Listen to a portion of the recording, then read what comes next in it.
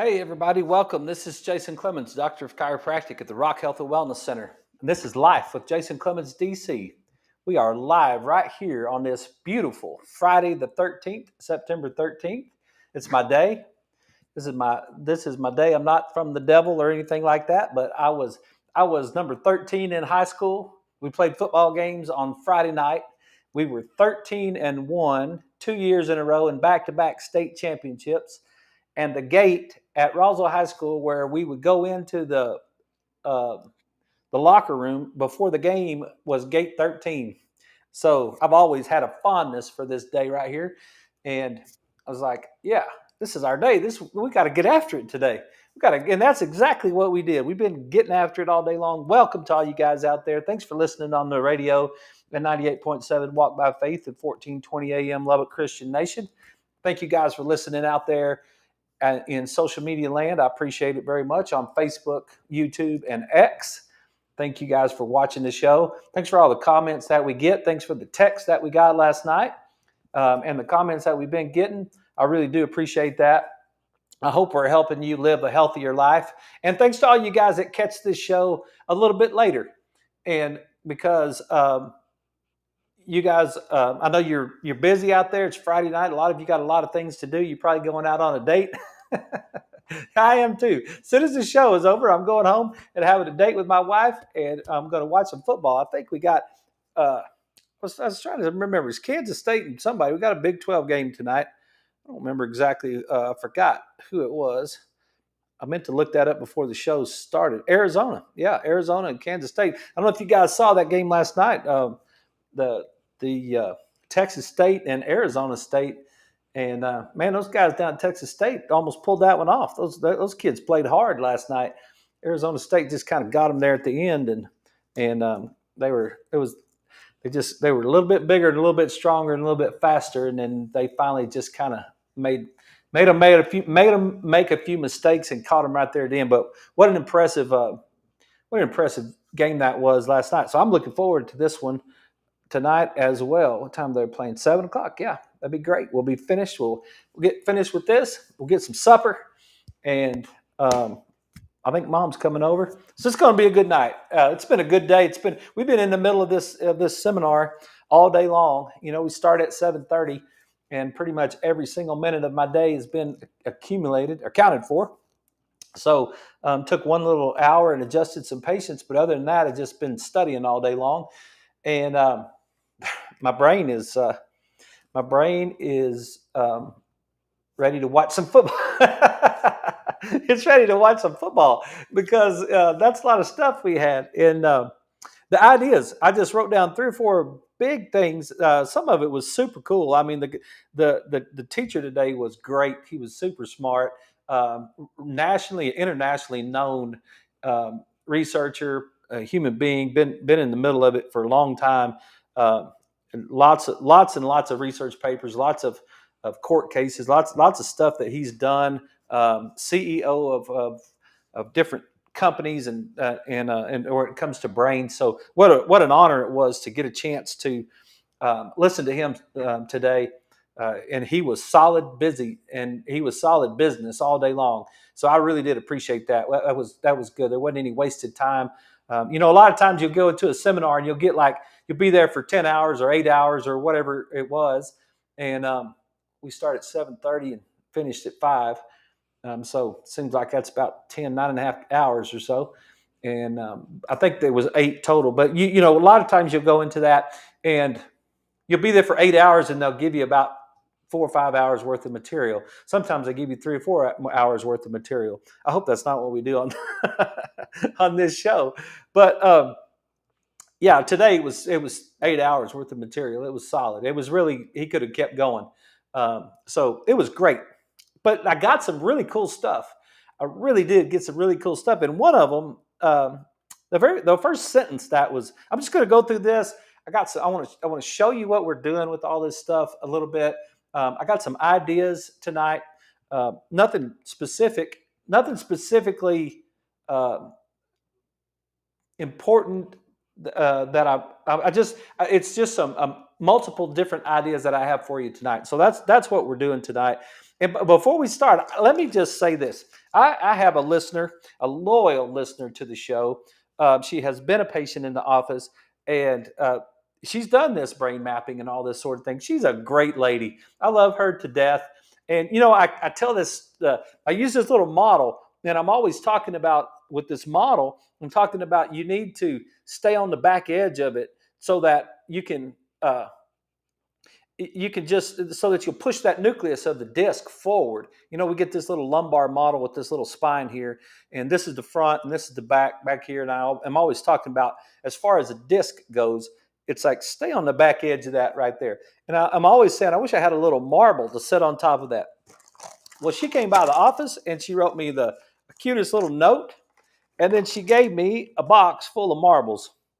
And I thought it was super cool. I have a little bit of a problem trying to keep them all in the same spot. You can imagine, but it's the idea that if you had a marble sitting on top of there, and what I got to do is make a groove for you guys that can see it. And I know that my listener, she listens to us on the radio, and I know she can't see this, but if you had a marble sitting on top of that vertebrae, and you just wanted to just make sure that marble stayed towards the back. You just didn't want that marble to roll off the front. You would just have to have a little bit. So I think what I need to do is get me a little file and make a little groove right there so I can prove my point about how I want this to happen. But now I have a marble. And so what you don't want flexion. So you don't want to go forward. And you can't see that as good, but I'll use this big one.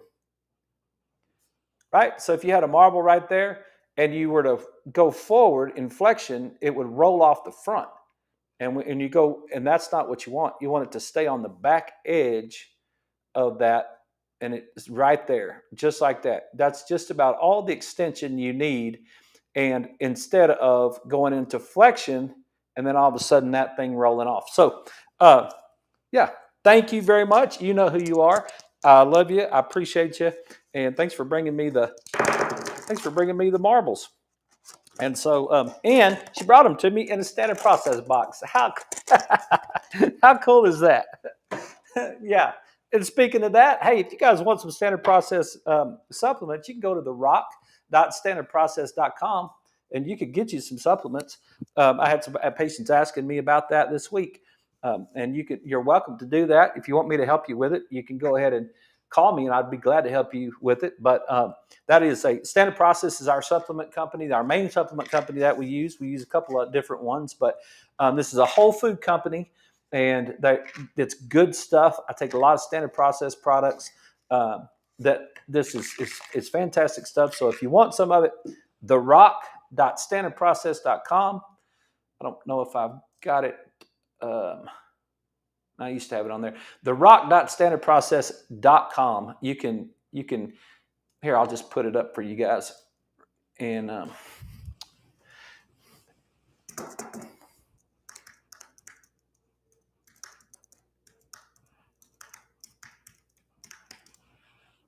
yeah, there we go. I don't know. There it is. And I'll just show it. therock.standardprocess.com. And you can get your supplements from them. And yeah, that's good. So the ideas for today, what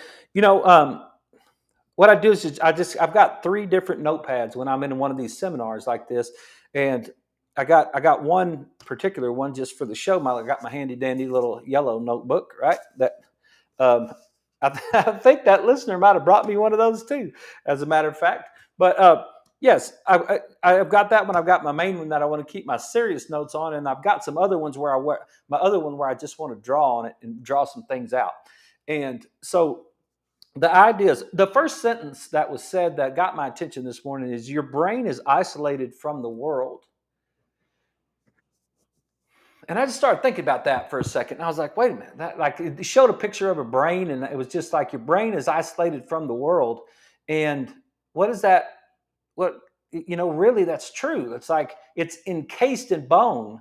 It's inside your skull. Your brain is inside your skull. It's encased in bone. It can't really, it has to have a connection to your ears so that it can hear what's going on.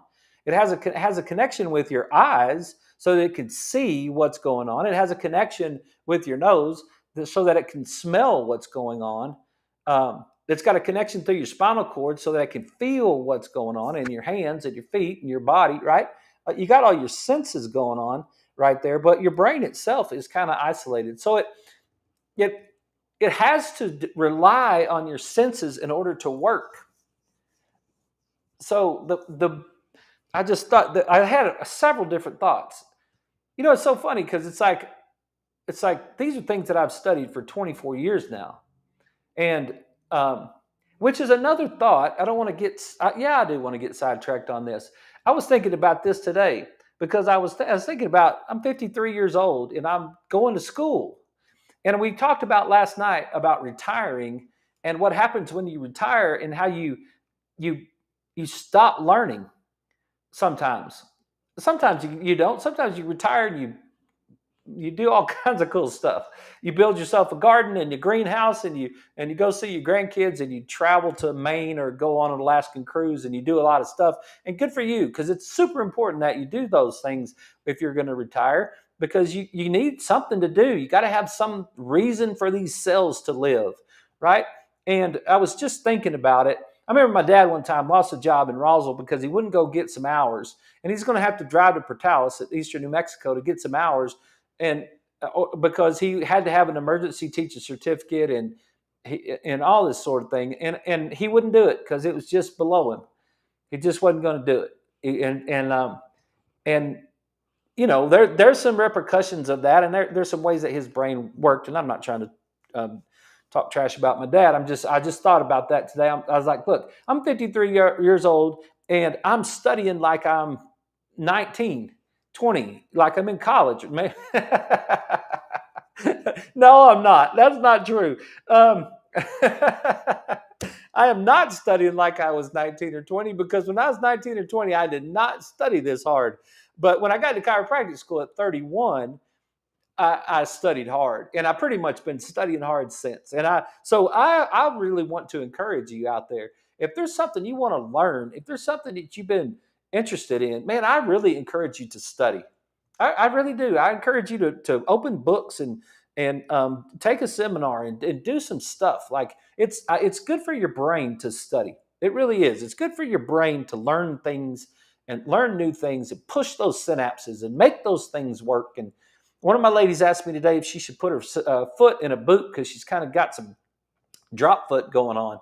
And I was like, that's not really my philosophy. My philosophy is to keep making your brain work. Now, eventually, if she really gets to the point where it's really bad, then yes, maybe we need a boot to try to keep her from falling. But right now, it's a brand new thing that's going on, and we know what the situation is, and we really want to make the brain work. We really want to make the brain work. We want those new synapses. We want to pressure that whole idea of saying, "Hey, look, get after it." So that's one thing.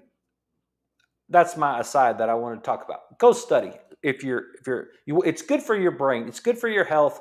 It's good for your brain to study. So your brain is isolated from the world, and what it has to do sometimes is it has to take pieces of things. It has to look at things and take pieces of things to kind of orient itself and put them together, because it just is so much work to do all the things that your brain has to do, that it wants to piece it down. It wants to piece it down and put it in patterns so that you can recognize things. And today I saw the coolest optical illusion that had to do with shadows. And I don't know if you guys have ever studied shadows or looked at shadows before, but this was really, really cool. Let me see if I can. Yeah, I'll show you. I'll show you this one first. I'll see if I can share it, and then I want you to kind of look at it. Here we go. Yeah. So, and I'll blow it up for you. And you guys on the radio, go check it out check this one out. Really, at Walk by Faith Facebook page. But what for you guys that are watching this show, and for you guys that are going to watch this show later, when you look at those two squares, what I got is it looks kind of like a massage table, really folded in half. But it looks like it's two squares for you guys on the radio. It's two squares, and they're they're on a horizon. It looks like they're like laying on a kind of a brown and green carpet that kind of goes off into the horizon, and then there's a blue sky looking behind it, and the two squares are the line of the two squares is kind of right at the horizon. So for you guys that are on social media that are looking at that right there, do you think those two squares are the same color, or do you think they're different colors? You can just answer that. You can just answer that for yourself right there. They look like they're two different colors. It looks like a dark gray square at the top, and maybe a really, really light gray square or a white square at the bottom, and they're kind of folded right there, right? And it really looks like, man, that like those are two different colors. But if you were to take your finger and just put it up in between and cover up that middle section right there, cover up that where the crease is, where the shadow is. Just put your fingers up there. Maybe put two fingers in front of the screen, and just cover up that shadow, and tell me what you see. Now tell me if you think they're the same color or you think they're different colors. Man, that's really cool. You guys can find this. You could go to I just did optical illusions with shadows, and it was one of the first one or two. If you guys listened to it on the radio, it was one of the first one or two things it was on. I just searched it, and but when you put your fingers across it and you cover up the crease and you cover up the shadow part of it, then what happens is those two squares turn into the same color, and they are the same. They don't turn into the same color. They are the same color. Those two squares are identically the same color, but they don't look, one at the top looks really dark gray, and the one at the bottom looks kind of white or light gray. And wow, how interesting is that? I thought it was crazy. I was like, wow. And he did them with basketballs and shadows.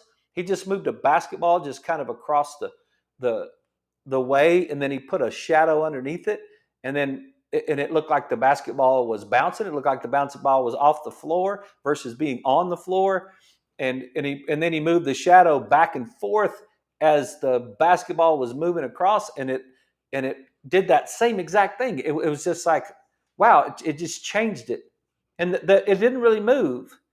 And then he showed a picture of a person riding a bicycle going down a beach, and there was so many people, and it was just really.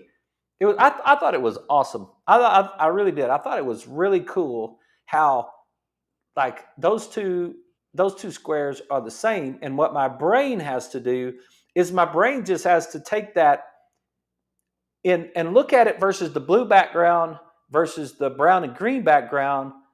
It has to fill in the blanks. My brain is isolated from the world, and it's only getting what it's going through my eyes. And then it's got to make up a picture. Oh my gosh. It's got to make up a picture. And it makes you wonder what you see. And then it makes you wonder why we argue with each other about what we saw. It's like why we argue with each other about our stance on things when it's just not true. Like it's not the way it works. We should be more humble. We really should. Me included. Me first. I'll raise my hand.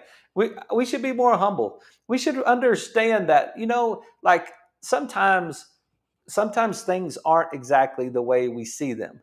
We make our own reality up in our head a lot of times. That's what actually we do. We make our own reality up in our head.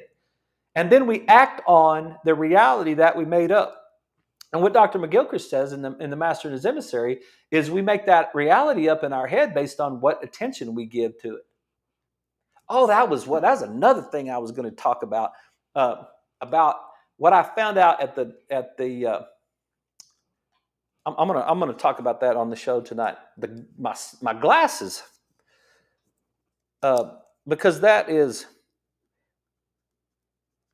I've already got something written up on this little board, and so I want to cover it first. But I'll come back and talk about that um, here in a second, because your attention, it's actually a thing, and I don't remember exactly what he called it. It's in the parietal lobe. I got to look it up. I was looking for it kind of as we were going through brains today, but um, it's about attention. And so I'm going to come back to, I'm going to leave that where it's at, and I'm going to come back to it in just a minute, because I think that'll be kind of cool. But I just wanted to show you what I've been studying today.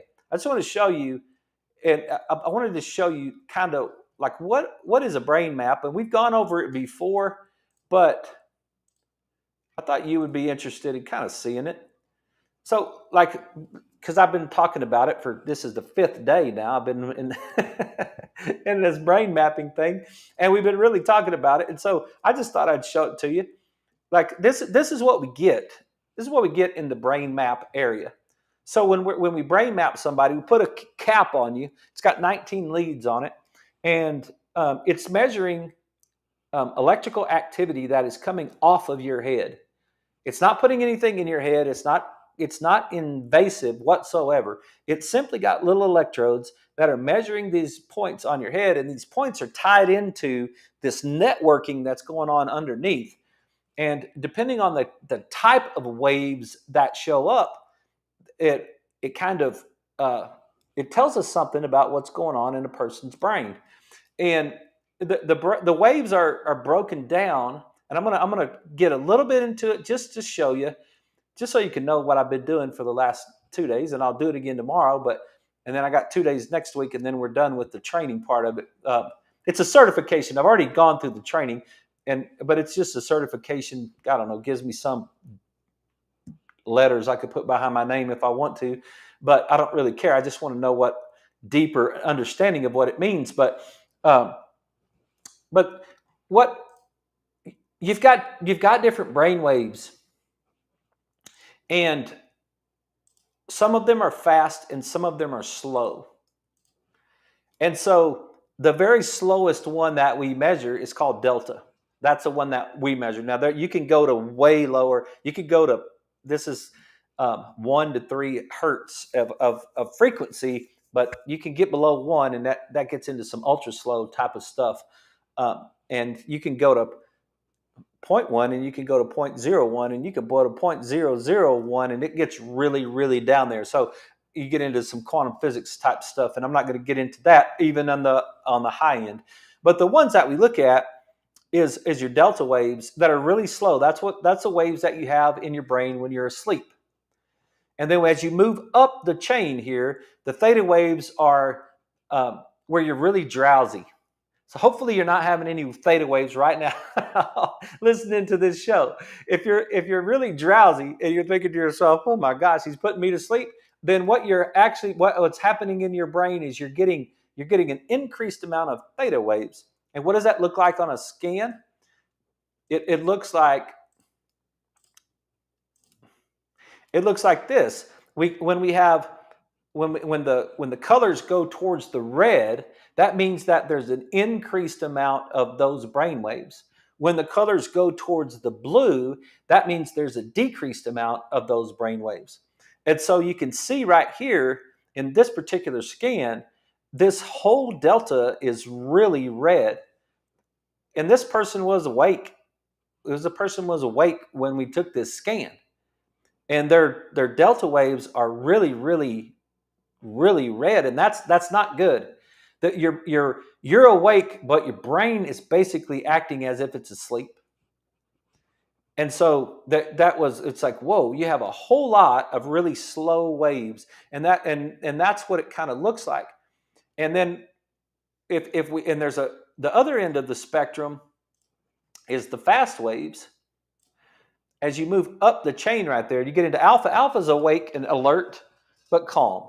That's the kind of waves we kind of want. That we want an alpha rhythm through our brain. We just want a calm, peaceful, kind of awake kind of state when we're at rest, and we're just kind of calm right there. And then beta moves us up, and they get a little bit more.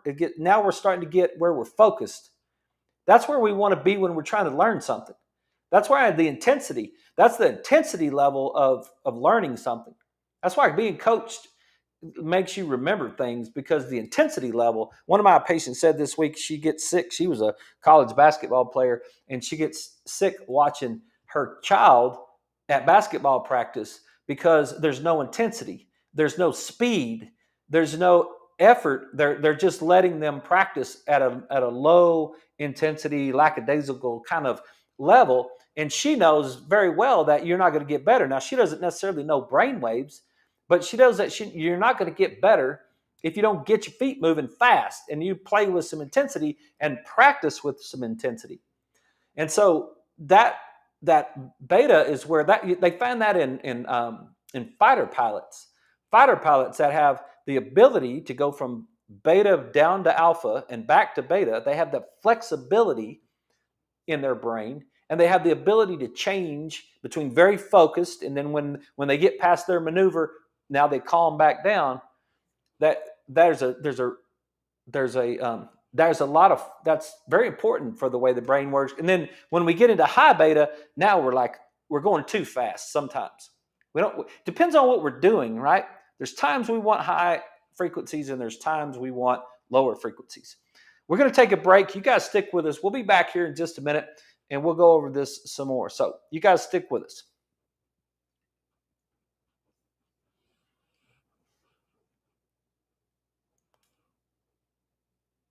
And I'm just going to stay on this slide with you guys until they get back, and just talk about that. I know you don't know what that means necessarily, but if you think about it, actually, I want to go back to that picture we were looking at.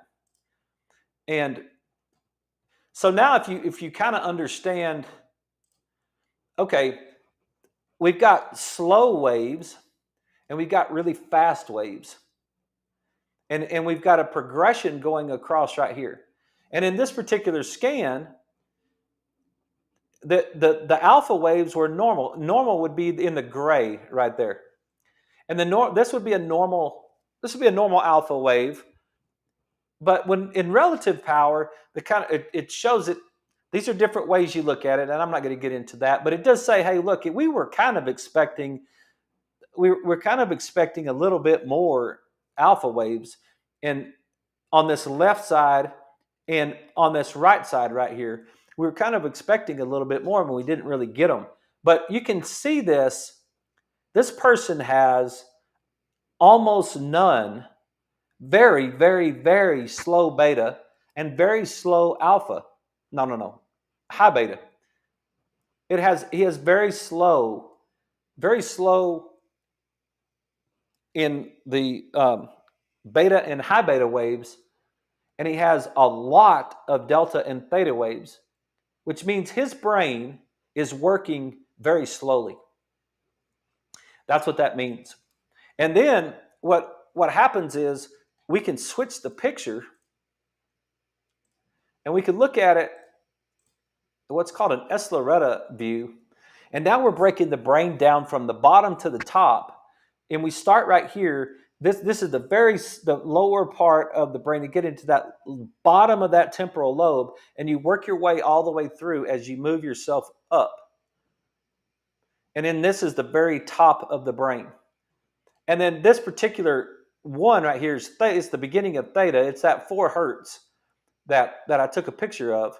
But I just wanted you to see it. I wanted you to see it because this is really cool for anybody that wants to get an evaluation.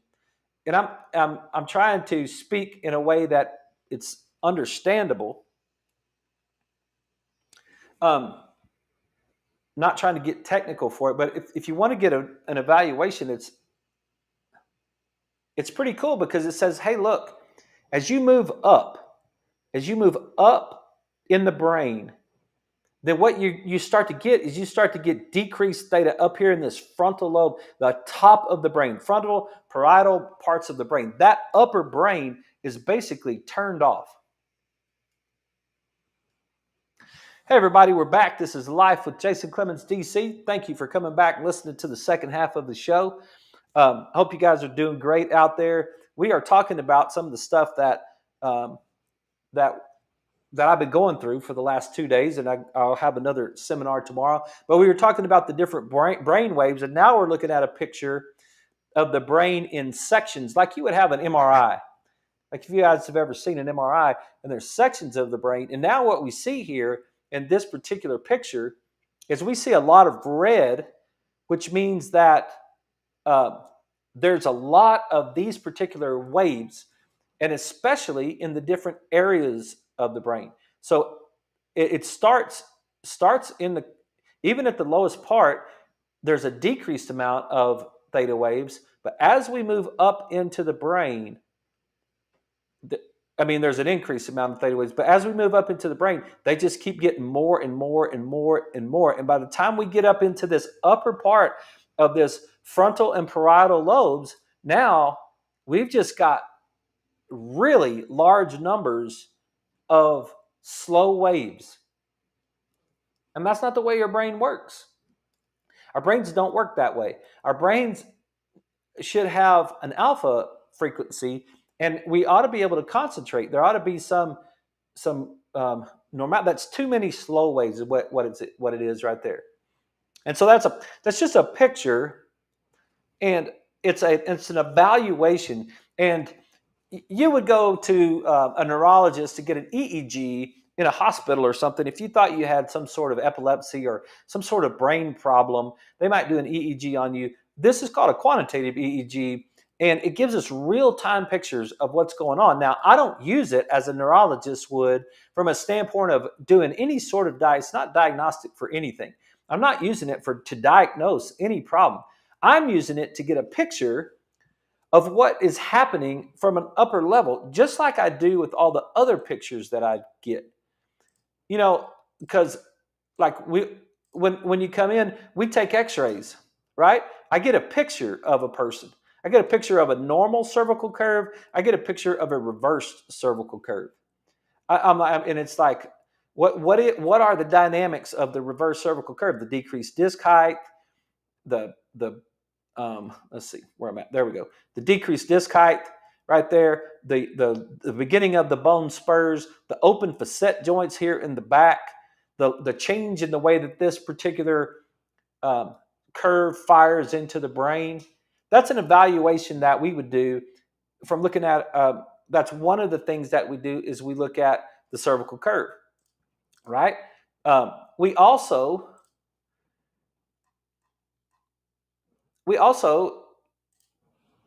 do a right eye test. We get a picture from a right eye standpoint of what are your scores in fixations, and the fixations is your lower brain stem.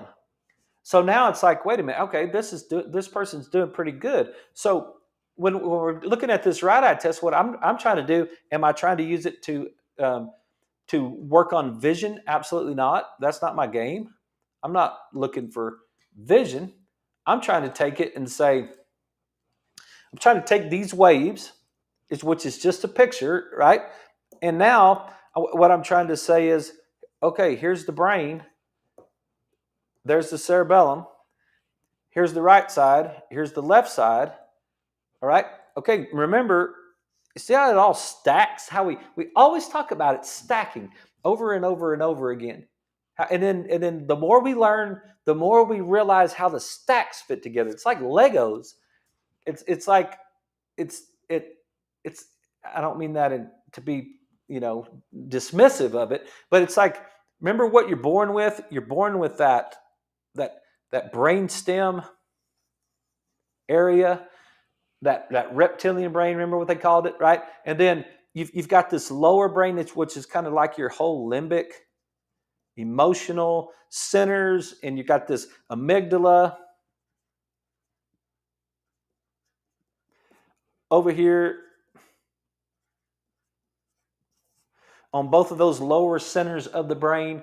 And you have all this emotion. You have all this emotional response stuff, right? And then as we move up into the upper brain, now we start to get into the parietal lobe and the frontal lobe on each side, the parietal lobe and the frontal lobe. And now we've got this maturing brain. And he said it again today. He said, we don't fully develop that brain until we're in our mid-20s. And I thought about it today from a different perspective than I have from the other ones. Remember, I've been saying that at 3 months, if you don't roll over and then start to crawl and then get up on your feet and start to run, remember the development in that, because I said that last week, because I asked that question. The development from birth to 25 years old is going to determine the function of our brain. And I'm saying that what we're doing now to kids is changing that development and that function of the brain. Well, this morning he showed a graph of apoptosis. Apoptosis is programmed cell death. And he showed a graph of conception and then all the way through. And I'm going to try to, he's supposed to give us the notes, and maybe I can find where he had that graph and look up that graph. But from conception, and then all of a sudden it's like within a couple of weeks, you've already started to get nerves. Remember we talked about day 13, we have differentiation from that cell. And then all of a sudden, with some of those cells become nerve cells, and you start to get the beginning stages of the spinal cord, and then you start all of that. So all those, and I'm not, you know how much I care about politics, especially if you watch last night's show. How I don't care about that stuff, right? A human being starts at conception.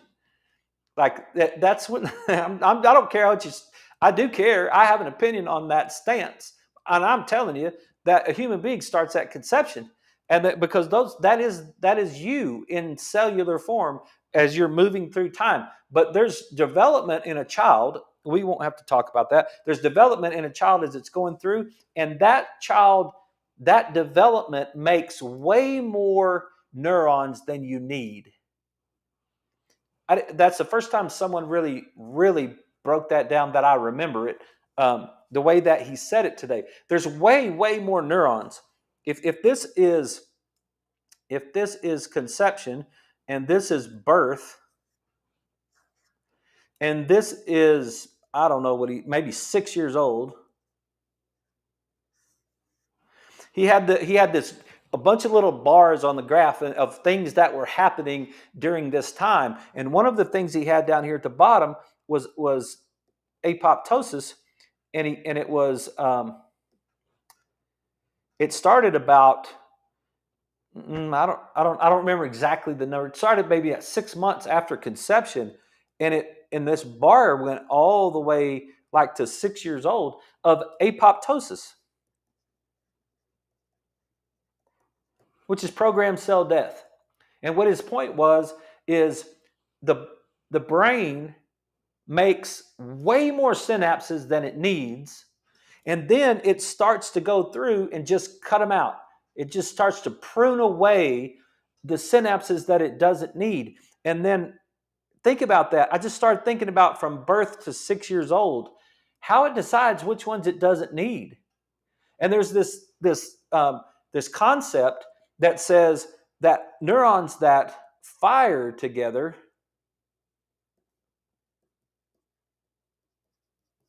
wire together.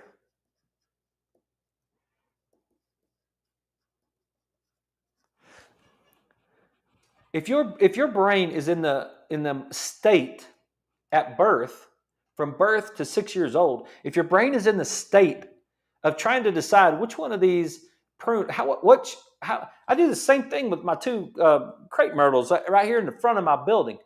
They're so big and beautiful, and they have these beautiful white flowers on them, and I just can't decide which one of those branches I'm going to cut off, and it hurts me every time I do it because I'm just like, dang it, I know that thing is alive, and that plant right there needs to be pruned back and all that sort of thing. It's like clipping fingernails, I should think it would be like, but instead of arms. It's not really like cutting their arm off. Yeah. Anyway, that's my own internal problem. But sometimes I've got to prune those back because it covers up the sidewalk and people can't get into the building. So I've got to cut them back, right? I got to cut those limbs off there so that they don't cover up the whole sidewalk. And that's what our brain does at this early stage of development. Our brain starts to cutting things back, and it cuts back the things that we're not using. Well, think about that for a kid. Think about that. You see those kids on YouTube or whatever that just can play the piano, or they have so much knowledge. That little girl that was on Ellen or whatever, she shows up on my feeds every once in a while, and she knows all the parts and all the people and all the history, and she's so freaking smart. And she's got so many of those neurons that didn't get pruned away. You see those little kids that can just play a guitar like crazy, or they can play the piano like crazy, or there's so many things. They can speak languages, and it's like those those neurons are not getting snipped. They're not getting pruned. They're getting wired because they're firing. And I just thought, man, what a awesome thing for a kid. Like giving a young child lots of experiences, and letting them understand what's going on in their universe, and letting them see different things, and letting them experience different things is really, really neurologically sound. Anyway, I just thought that was super cool. That was just one of the things, right? But think about this lower emotional brain.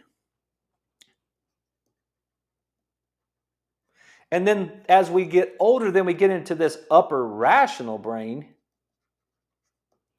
And just think about, what if it really does, at 25, you got all the myelin you're going to have, and the brain is fully developed based on the amount of neurons that wired together. What if it is the end of the road for for that? What if it actually does stop at 25? And then we live the rest of our life in that it's like, all right, now we're fully myelinated, and we can start making better decisions. But what if we don't have the wiring underneath it to make the good decisions, because we haven't moved our feet and done the things and climbed and ran and played and done all those things that are super important for us to do, right? I think that's something that we could think about. But as this goes up, and as we look at the initial evaluation of a person, this lower part is the fixations.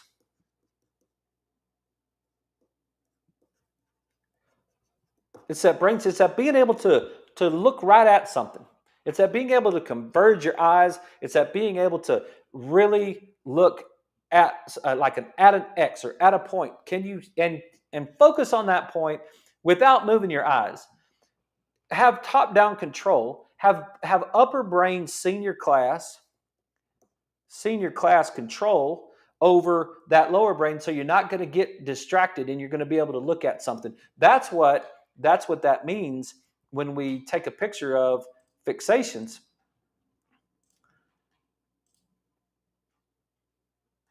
Where is it? Right there.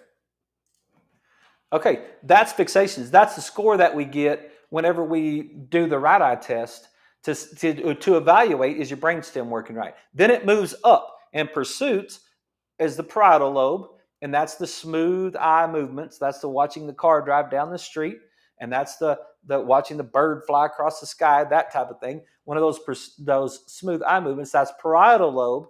And then frontal lobe is saccades. Can you quickly move your eyes back and forth from something to something, right to left, and then up and down? Can you move your eyes quickly up and down from one spot to the next? That gets into frontal lobe activity. And this is a very common picture that we see.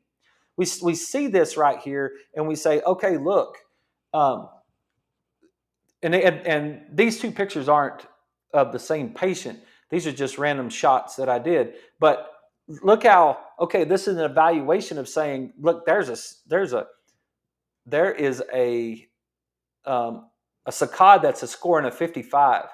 And then that would be super cool to turn around and actually map it out to their brain map and say, oh, wow, like, look, when they get up into these, look at that frontal lobe right there. The frontal lobe starting in like right in the middle of this picture all of a sudden has a deficit of theta activity. No, it has an increase of theta activity. Sorry, it has an increase of theta activity, which means that frontal lobe is not functioning. It's not firing very fast. It's not working right. And it's like, yes, I could do a saccade test. I can also go in there and take a picture of their neck. I can look at that cervical curve and I could say, whoa, that's not good. And then I could take a picture of, do a brain map, and I could get a picture of a brain map and I could say, whoa, that's not good. And then I could take it and replace it with, I could look at that brain map and say, no, it's not good. And I could do the right eye test, and then I could go in and do the reflex app, and I could do the pupillary light reflex, and then I could do my history, and I could do my exam. And it's like, man, I'm starting to get a picture of you. I'm really starting to get a picture of what's going on. I'm getting a picture. I'm getting a deeper picture of what's going on by being able to do all that stuff. And so that's what I've been doing. I mean, I think it's I think it's cool as heck, man. Like I'm so glad we have this technology. It's the first time that I've ever been able to do it. It's being able to look at a picture and see, and they're not the same. And then what are we going to do about this? And then after we do all that, we're just going to eat well, move well, and think well. That's what we're going to do. But we got to have some reason to say that, right? We got to have some reason to tell you that really what you need to do is try to eat as good a food as possible, and then move your feet, and then get some sleep, and then say your prayers, and give your spouse a hug, and give your kids a hug. And, doesn't hurt anything to, if you're a man, doesn't hurt anything to tell your wife she's cute. I pretty much tell Leslie that every day. I told her first thing this morning. No, that was last night. I didn't even hardly see her today. I did tell her this morning, but I told her last night before we went to bed. And I even told her, hey, I pretty much tell you that every day, don't I? And she said, yep, you're really good at that. Yeah, those are think well things, right? Those are things that we can do to be well.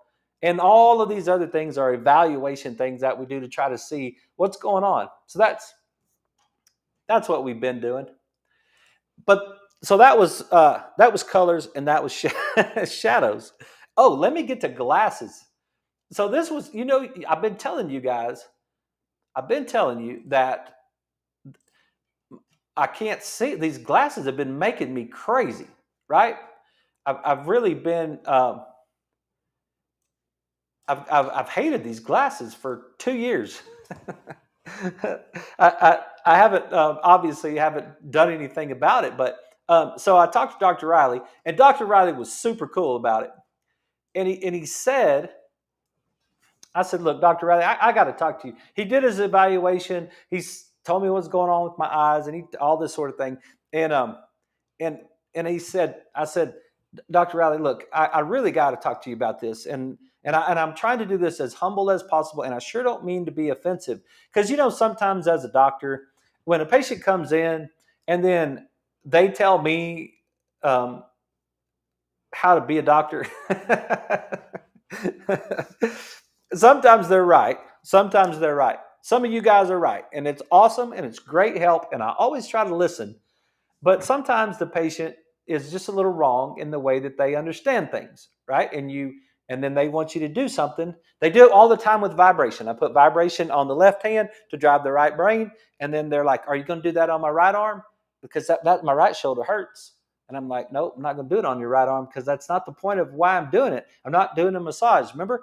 Okay, I think I don't know if I went over this or not, but it's going to be my attempt to draw a pair of glasses. They're kind of angled, but what he told me was this. He said that because I've got progressive lenses, and this might be something that you really might be interested in right here. And he told me, he said, I've got progressive lenses. So I have two. Instead of having bifocals, I have two different prescriptions in this lens. I have a prescription for everything that's out there, and it's just barely off of normal. So I don't hardly need, like I could take these off and I could look at you and I could see everything that's out there pretty dang clear. I really don't need a lot of help out there. But then as we get closer, then everything gets fuzzy and I can't see it as well. And he said what happens in a pair of glasses is that instead of having like one line that goes across and you have bifocals, then what they actually do is there's kind of a field that he kind of drew it as a circle or oval kind of area. And he said what happens is it tapers itself down like that, and they make that lens as it's going downward, as that lens starts, as it moves down to the bottom of the lens, it becomes stronger. It gets stronger and stronger, but the field of view gets thinner. And that's been one of my complaints, is that when I want to try to read something up close, I have to find one spot where it's very clear, but then I can't move my eyes, like especially if I'm trying to read a paragraph. If I'm trying to read a paragraph of something, I can't just look at it and then just leave my head still and then just use my eyes, because as soon as I move my eyes just a little bit inside my glasses, I hit a blurry spot. And he said, yeah, that's exactly what happens, is the outside of the glasses is blurred out. Because what they're trying to do is to take away your peripheral vision so that it doesn't interfere with what's going on the focus part of your brain. So they blur that out. So when you're trying to read a paragraph of something and you're looking down at it, if I look in one spot, it's great. But if I move my eyes at all, it becomes blurry. So what I have to do is I have to move my head back and forth. And I don't know if you ever tried to read like that, but that's a pain in the rear right there. Trying to read a book, like I'll go home at night and try to read a book or something, and just be sitting in my chair. I'll eat supper and then I'll be sitting in my chair and I want to read something, and I can't just keep my head still and then read through my glasses. I have to turn my head back and forth constantly and leave my eyes still, and I hated it. But the other thing that it does is it makes me crazy because I can't spell things, and a lot of times I lose my train of thought, and all this sort of thing. My brain won't work right. And I told him, I said, have you ever read the book The Master and His Emissary by Ian McGilchrist? I said, there's 5 levels of attention. This is really a big deal. Okay, there's our brain, right side and left side brain, right side and left side brain. There's 5 levels of attention, and I know you guys know this. We talk about it all the time. This side over here is alertness and vigilance and sustained attention and divided attention, but those are all happening over here. And on the left side, it's focused attention. Okay, well, when I'm focusing and I'm reading something, my left hemisphere of my brain is reading that, but my right hemisphere of my brain is being vigilant. It's being alert for everything that's around me. And so everything that's around me is getting blurred. Well, the way my brain fires is up and to the right and over to the left. It's vital that it fires that way. These guys that I'm studying with now, they said it yesterday. The left brain is the dominant hemisphere. Hogwash. It's not the dominant hemisphere. It's not. And Dr. McGilchrist is trying to tell us it's not. And I can attest to it just by my glasses. And you may have it. Debbie said it when we were talking about this yesterday morning. She said, yes. She said, sometimes I just have to pull my glasses off and just say, look here. If she's serious and she wants to have a conversation, she has to pull her glasses off because she can't think properly with her glasses on. And you may not be thinking properly with your glasses on either, because what has happened is, with this peripheral problem right there, what we're doing is we're blurring that right hemisphere. so that we could focus with that left hemisphere. And he said it's in the parietal lobe, but I think it's in the right parietal lobe first. It's still in that upper brain. It's still over here. He said we're blurring that parietal lobe, which is fine. It would be like this section right here, the parietal lobe in the upper brain, but still it's blurring it, and I lose my ability to concentrate. So what we've done is we've gone to a wider view. They call it an X lens. So now this is now going to expand out where it's wider over here. And then I got a thicker lens. So my lens is going to be a little bit bigger, which is going to bring it down here further. We're going to start all this further down, and we're going to see how it works. I'm excited about getting my new glasses, but because we're making an effort to see if we can make that work. Hey, that's all I got for you tonight. I appreciate you guys. I hope you have a great weekend, and we'll be back on Monday night at 6 o'clock. Hopefully we'll take health to church, and otherwise, you guys have a great weekend. Appreciate you watching the show. If I can help you, let me know.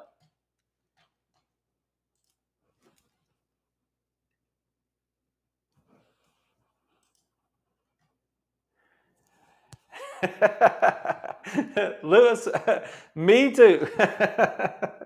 I got a good feeling about this. I think everything is. I think we're lined up. We're ready to go. We'll see. We'll see how this statement shows up on Monday. But I think we're in good shape. I think we're fine. I think the Red Raiders are going to be fine. But I am with you. I've been there twice. I don't know when the last time North Texas came to town, but I know they came to town in 1999 because they left victorious. So good for them. But I'm going to say tomorrow they're not going to leave victorious. All right. You guys have a great night.